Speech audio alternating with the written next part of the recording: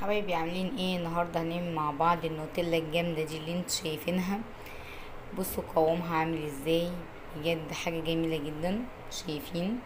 اهي اهي قوامها. هنعملها بكل تكاتها وكل حركاتها.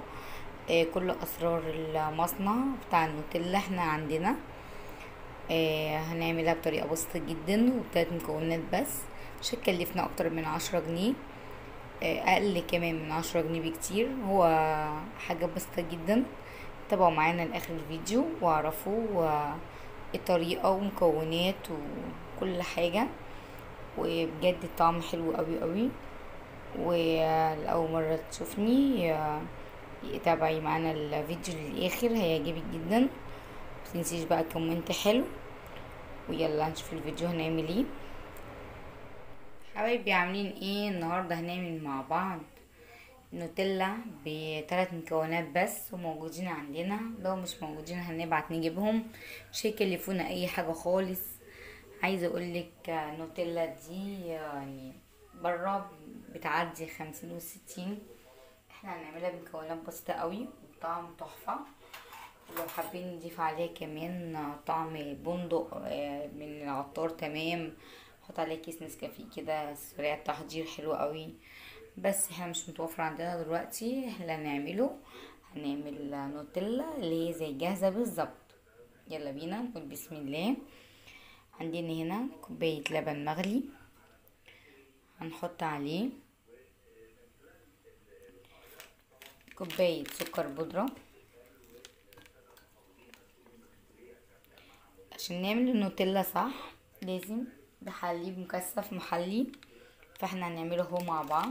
اللي كان حابب يعرف طريقة حط عليه كيس لبن نيدو.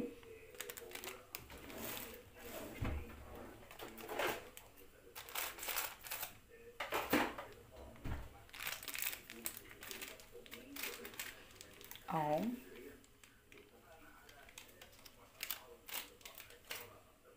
هنحط عليه.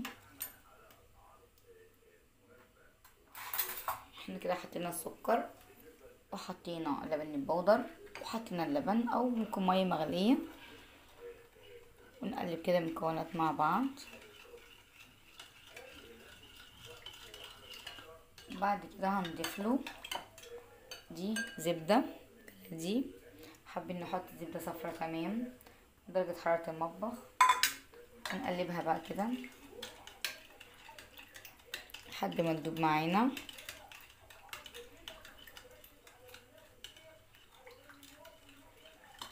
عشان ما اطولش عليكم هوقف الفيديو.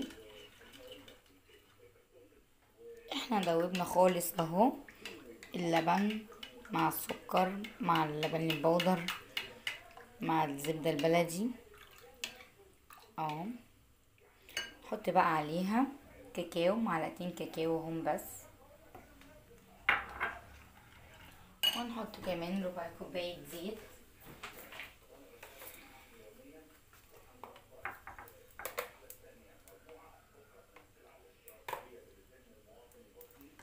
اهو يبقى احنا كده حطينا لبن بودرة، حطينا لبن نيدو اللي هو البودرة سوري. حطينا سكر بودرة والمية بقى دافية او اللبن دافي وزبدة. ونخلطهم مع بعض. ده كده اسمه الحليب المكثف المحلى. حطينا بقى بعد كده الكاكاو مع الزيت. ونقلب كده كويس. بعد كده نضربه بالهاند بلندر او خلاط او مضرب، عندنا اي حاجة احنا هنضربه ونرجع لكم. احنا حبايب قلبي ضربناه في الخلاط زي ما انتم شايفين كده. هنصبه بقى كده في برطمان عندنا. بصوا ما شاء الله، شايفين القوام عامل ازاي، حلو قوي قوي. كمان لسه لما نسيبه شوية في التلاجة او برا هيمسك اكتر. اوريهولكوا ازاي بقى نطلعه بالمعلقة كده، هيبقى طري وحلو. بيتفرد معانا كده في السندوتش على طول. بصوا احنا هننزل دول بالمعلقة كده بحيث ان احنا نملى البرطمان بتاعنا.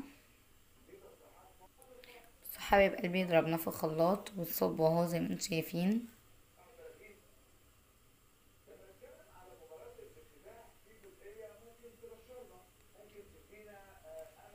شايفين قوامه متماسك وحلو قوي، ولا منه تقيل ولا منه خفيف، ولسه يمسك اكتر كمان من كده.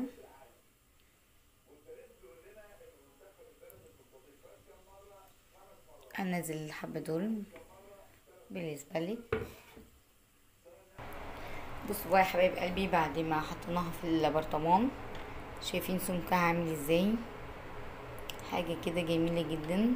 شايفين نوتيلا اصلي حلوة قوي ومعمولة في البيت، وعملنا برطمان كبير وبتكاليف بسيطة جدا. بصوا لمعانها، بصوا لونها عامل ازاي، طعمها بجد خرافة.